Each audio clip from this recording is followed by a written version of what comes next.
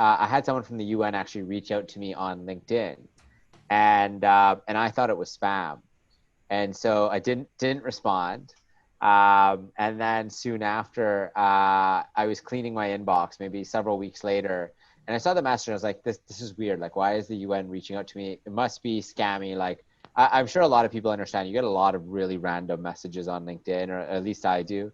Um, and oftentimes we're talking like 100 plus messages a day on LinkedIn, right? And so I just dropped my email. Like literally, that was the whole response. I said, thanks. Here's my email. That's it, right? And they sent me an email. Then I was like, man, like this is weird. Like why? Like they actually emailed me. Like, and I didn't think it was legitimate because I was sort of asking the same question. Like, why is the UN sort of reaching out to me? Um, and so I ignored it for a while, and then I was sort of going through my inbox and I saw it and I was like, un.org, like, is that the right link? Like, or is it un.com or un.org? I wasn't sure. So I like copied the end of the person's email, put it into Google, and I was like, oh shit, it is actually the UN. And so then I responded and I was like, okay, happy to get on a call and sort of hear this out. And their sort of whole take was looking at these emerging technologies, and really how to practically implement them and their benefits of them. You know, they didn't want what they've typically done. And what they've typically done is they've gone to someone that's, you know, been writing these reports for 20, 30 years. They're probably in their 60s, right?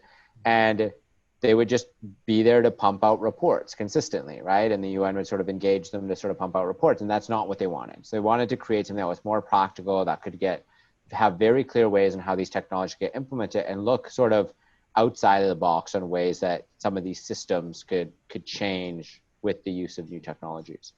And so that's been great. I mean, it is quite interesting working on some of these problems. There's a lot of governments at the UN sort of getting involved.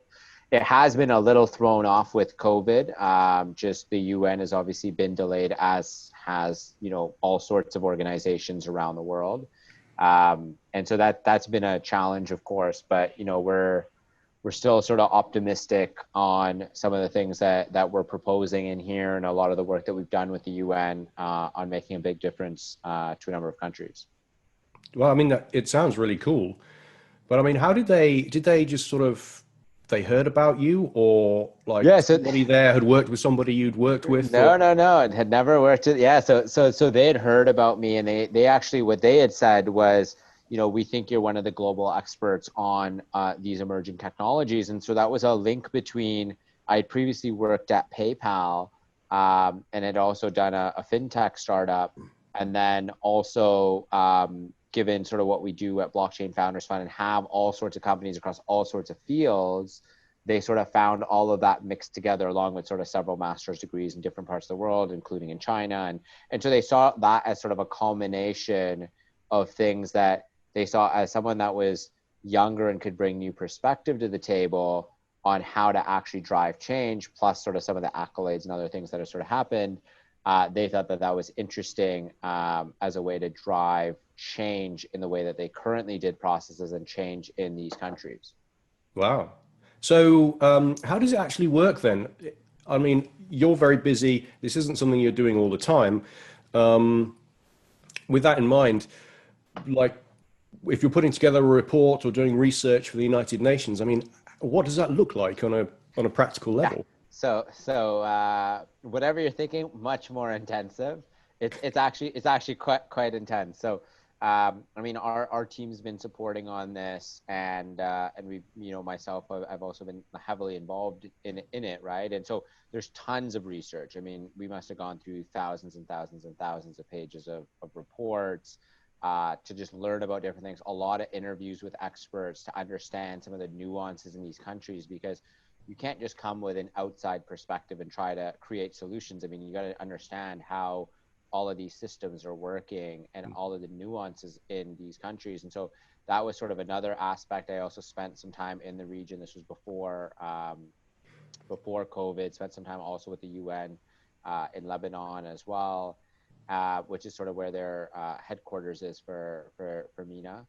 And so, you know, there was sort of all of these different things. And then there was a lot of just talking to other experts as well to try to understand like how could innovative technologies really come in here, because it can't just be my own opinions or sort of our own team's opinions.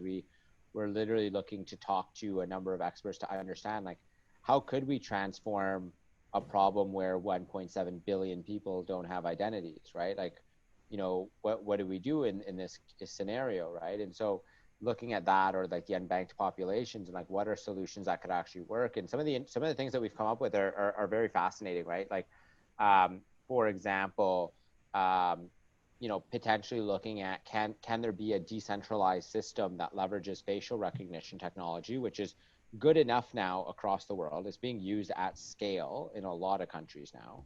Can you use that as a way to start creating like credit scores, for example, and credit when even if they don't have an identity? So like if you were to show up on one of these, that's sort of the first time, and sort of creates that initial profile.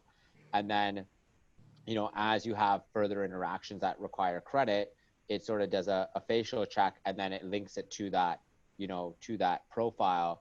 And so now you can start building credit in countries where there isn't even credit systems, right? And so like, and this technology you can do at scale at, you know, relatively low cost than, you know, trying to create, say, like identity centers all over the country and try to print out hundreds of millions or tens of millions of identities, and then like the fraud related to those identities and how to keep those secure, and like all sorts of other issues of where governments have already failed. So there's lots of interesting things that we're looking at. Of course, like there's a lot of nuances to that. But like in short, like I think it gives you a little bit of an idea of the things that we're sort of experimenting and looking at.